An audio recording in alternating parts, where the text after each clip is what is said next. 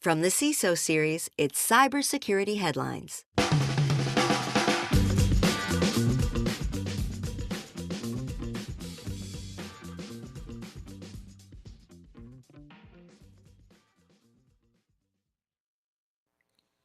Dropbox discloses breach of digital signature service. More details on Change Healthcare's attacks. And disgruntled consultant hacks his IT client. These are some of the stories that my colleagues and I have selected from this past week's cybersecurity headlines. It's like a trip down the produce aisle. We're looking for the freshest things, we're squeezing things, we're smelling, and we found the absolute freshest stories for you.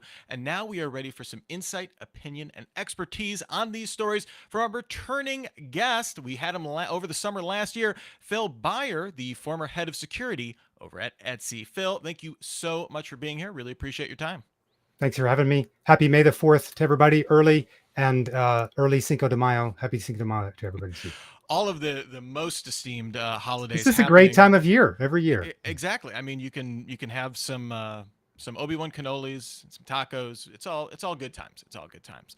Also good times is our sponsor for today's show, DropZone AI, the industry's first AI autonomous SOC analyst. Remember, you can join us on YouTube Live. Do so. Go to CISOSeries.com, hit that events drop down, and look for the cybersecurity headlines week in review image. It is the third one down, I believe, last time I counted. Click on it to join us, and you will be whisked away to a realm of magic. And be sure to contribute your comments in the chat. I already see Kevin Farrell wishing everybody a happy Friday. Christian Emery is also in there. Excited to have everybody in there. Make sure you are getting in there each and every week. We'd love to have you. We've got about 20 minutes, though, so let's get started. Our first story here, Dropbox discloses breach of digital signature service. The online storage giant announced on Wednesday that its Dropbox Sign service, formerly called HelloSign, if maybe you know it by that name, had been breached by threat actors who accessed emails, usernames, and general account settings. A subset of users also lost phone numbers, hashed passwords, and authentication information, things like API keys, OAuth tokens, and multi-factor authentication, aka bad stuff. Gets worse, though. The intrusion also impacted third parties who received or signed documents through Dropbox Sign, but never created an account themselves, specifically exposing their names and email addresses. So, Phil, not great news for anyone who uses online signing services, I guess, of any type. Not only are the companies who use Dropbox Sign losing sleep, but you can also imagine their customers being concerned as well. It's kind of an attack on the supply chain of trust. I'm curious, what are your thoughts on this? Well, ostensibly, folks are using this because they're signing some sort of sensitive document, right, with sensitive information or details that are either indicating something proprietary or indicating some protection of something beyond just the standard legal clauses. So I think absolutely we're right to be concerned as either signatories or consumers of the service. It reminds me of the Move It stuff in a related way, because folks were again using Move It to transfer files. Now that was a much bigger deal, of course, because the software was distributed and usually running on premise or in a protected area, not like a shared software as a service platform like Dropbox. But you got to know that the folks at DocuSign are going to be getting questions about this. The folks at Adobe Sign are going to be getting questions about this, and whatever other signing software that I can't think of now because I haven't used it yet, they're going to be getting questions about this as well. Like, wait a minute. It also, of course, reminds me, be careful, as always, be careful of what I'm signing up for and what I'm using, unless it's absolutely necessary. Let's see if we can limit blast radius in these situations. This is a tough situation, and I feel for the folks at Dropbox.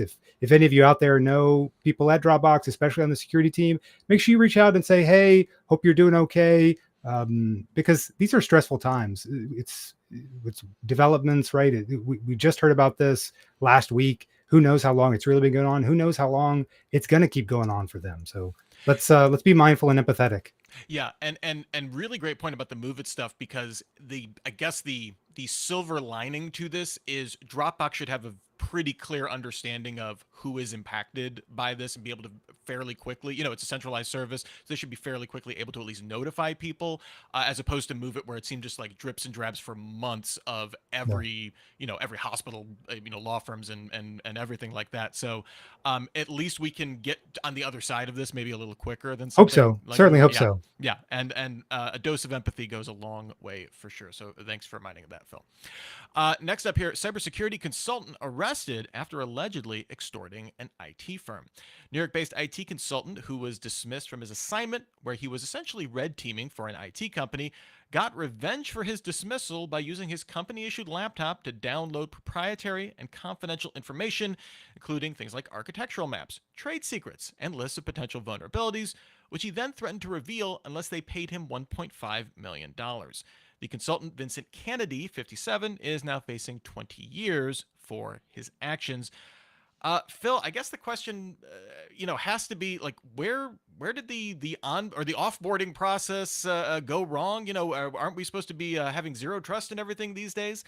Obviously, hindsight 2020, no company deserves this to be happened by a disgruntled employee. But I guess, what could this company have done to ensure an IT specialist, whether they're talking about a consultant or someone internal, loses their privileges at the moment of dismissal? These are nightmare style scenarios for certain, folks within HR and or IT help desk or even security for sure. This is a little bit more distant from security because the whole point of onboarding, offboarding, whatever, is to really give that function over to folks who are closer to the action, whether it's the IT team or even the HR team in some cases. Mm-hmm. I wonder too, and who knows if we'll ever find out, but I wonder if the fact that this was clearly now in hindsight a hostile termination or a hostile departure, if that awareness was there in the company, and if so, there are different, this is why, right, this is why we have different procedures for when there's a hostile departure versus just standard, because I don't know, more than 99%, certainly everybody listening to this podcast, when we leave, even if it's involuntary or layoffs or riff or whatever, like, we're not going to do anything bad. But at least I certainly hope so. But this is one of those exceptions where, and this is why we have those.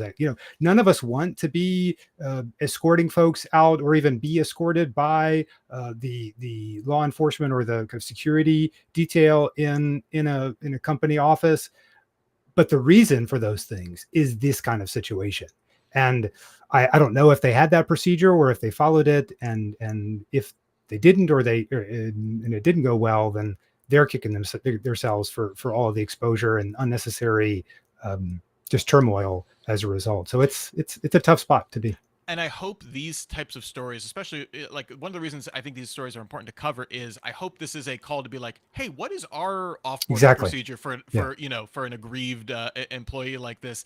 And I hope it leads to a lot of I'm sure in HR or IT there was somebody that was saying, hey, we really, I've had this planned out, but I can't, get in front of my Yeah. boss to talk about this. I hope this gives them some time to make those plans happen, because I know Yep. those people are out there for sure. Next up here, anti-Ukraine hack exploits 7-year-old Microsoft Office vulnerability. According to security experts at Deep Instinct Threat Lab, a recent campaign targeting Ukraine used a Microsoft Office vulnerability to deploy Cobalt Strike. In this case, it was a malicious PowerPoint slide PPSX file. The payload included a DLL file that injects the post-exploitation tool Cobalt Strike Beacon into memory and awaits command from a C2 server. Cobalt Strike, a tried and true method by threat actors everywhere. So, Phil, how common is, I guess, using something like a PowerPoint file like this? This particular one, a PPSX file, is an automatic presentation rather than just a standard PowerPoint document. So, I guess, does this count as some type of self-executing malware? It sounds like it. I've never heard of this one in particular before. It certainly reminds me of the classic Windows auto run stuff that we had to start protecting. Feels like eons ago. So it may just be an evolution of that. It strikes me for sure as a kind of medium sophistication style attack. So I wouldn't be surprised if we later find out, because I don't think we know who the attacker group is yet here, right?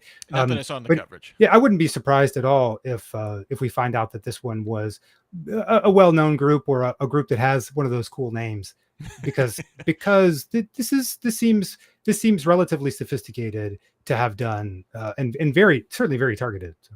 Yeah, I mean that's the thing, right? Is when you see this type of novel attack, yeah, kind of a new spin on a tried and true tactic. Yeah.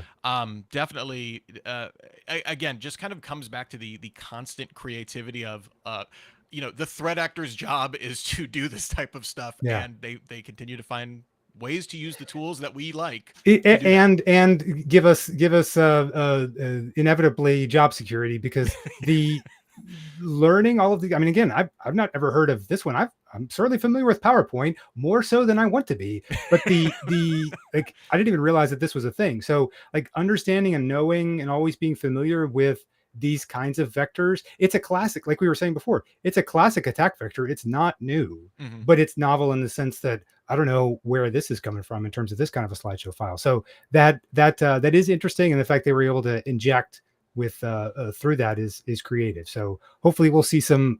Oh, right, it's an old vulnerability, so big surprise there. But because we'll hear more about that next. But Yep. those, how it gets exploited is interesting. File type, Microsoft Office file type nerds. This is your day. Spread your That's knowledge right. This of is how your to day in the sun. That's yes, right. That's spread your right. knowledge. Use That's it right. for good. All right, next up here, Gold Dune botnet exploits D-Link routers. The exploit involves a security flaw that's almost 10 years old. We've had some oldies but goodies here. One that has a CVSS score of 9.8. It impacts D-Link's DIR 645 routers, and the exploit was announced by Fortinet FortiGuard Labs researchers who noticed a spike in the botnet activity last month.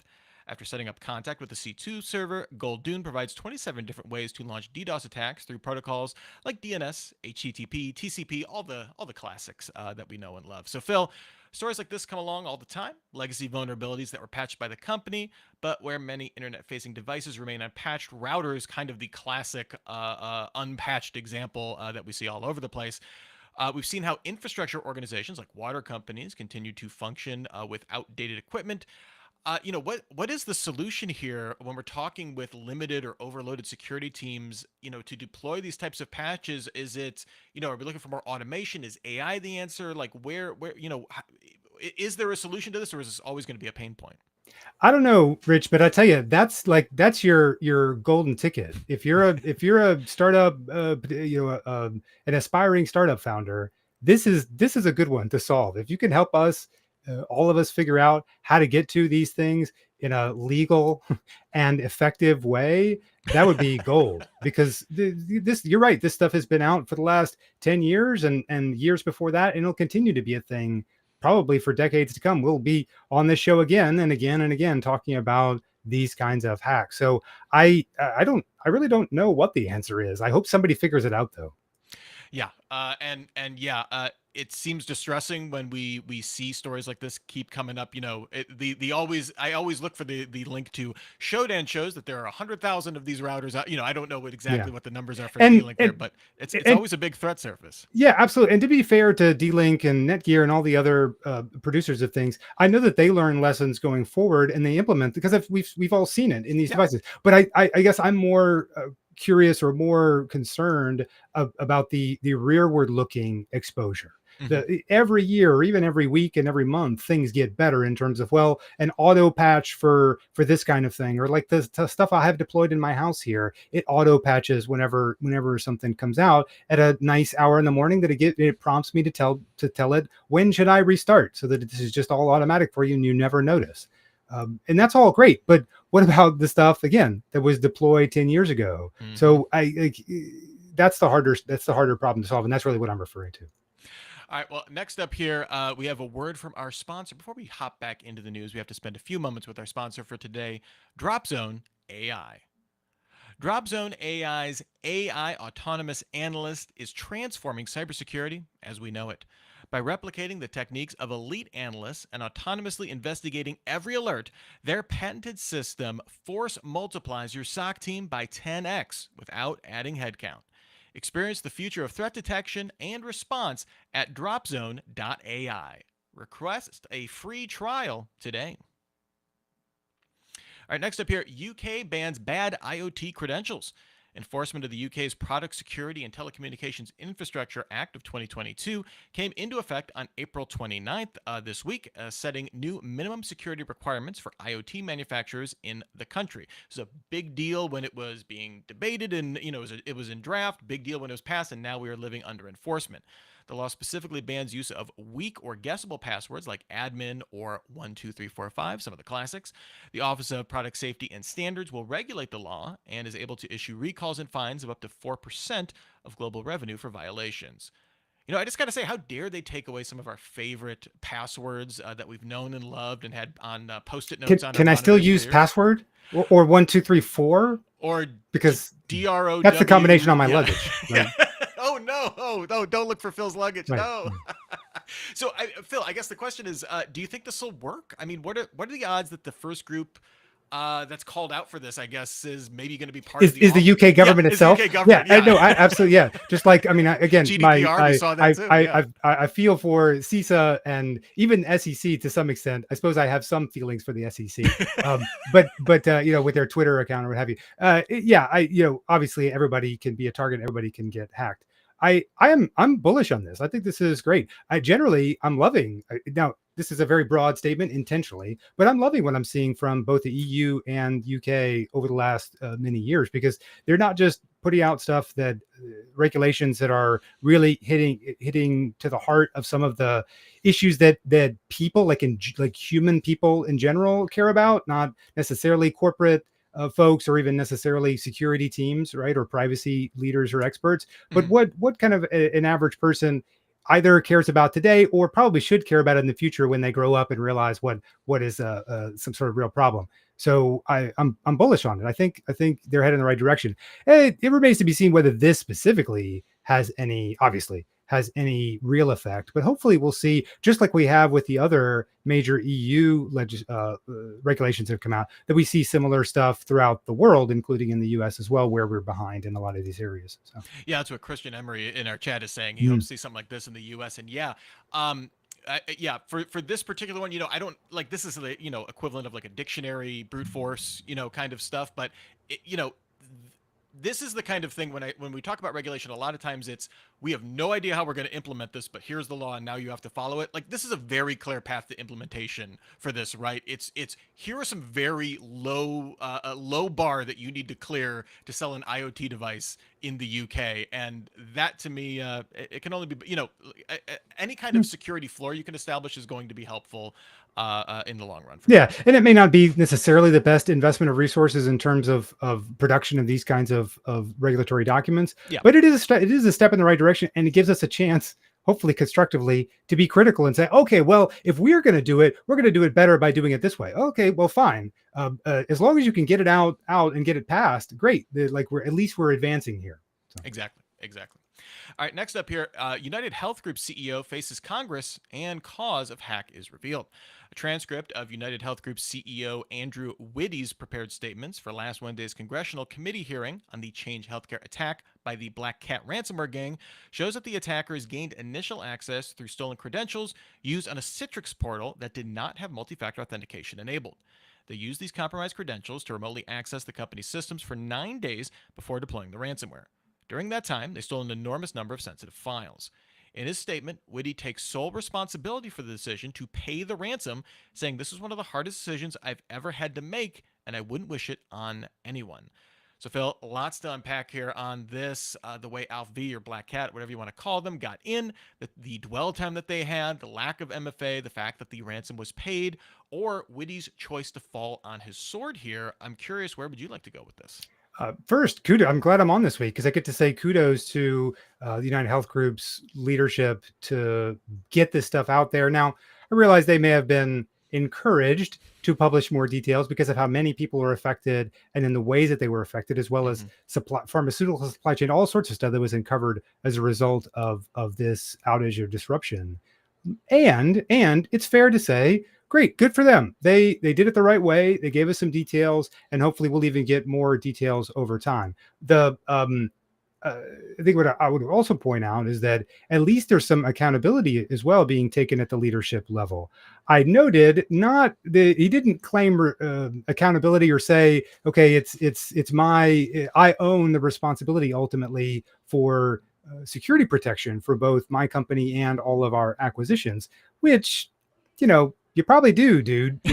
Whether you realize it or not, all of us as CISOs want to say yes, we are accountable to some extent, but you can't have authority without responsibility or responsibility without authority. You all know what I mean here. The deal being that if you know the right thing to do, but you don't have the ability to make it happen because the dollars and cents decisions are not up to you, the buck always stops with the chief executive, whether it's the president of the United States, where that phrase came from, or with the CEO in this case. So I'm glad that this person is acknowledging it that way in a public forum, because it's the right thing to do. Uh, and now, David Cross, I appreciate your question. This is a giant question, but he asks, should ransomware be banned and prohibited the same way as negotiating with terrorists? Now, I know there are already, what is it, OFAC, right? Already has laws in place Oh yeah, for, which for have sending real folks. teeth. Oh Yeah. yeah. Oh yeah. Mm. Yeah. No. So definitely. And I know there is, there is some increasing talk of, hard, some countries are debating, hard bans on paying ransoms.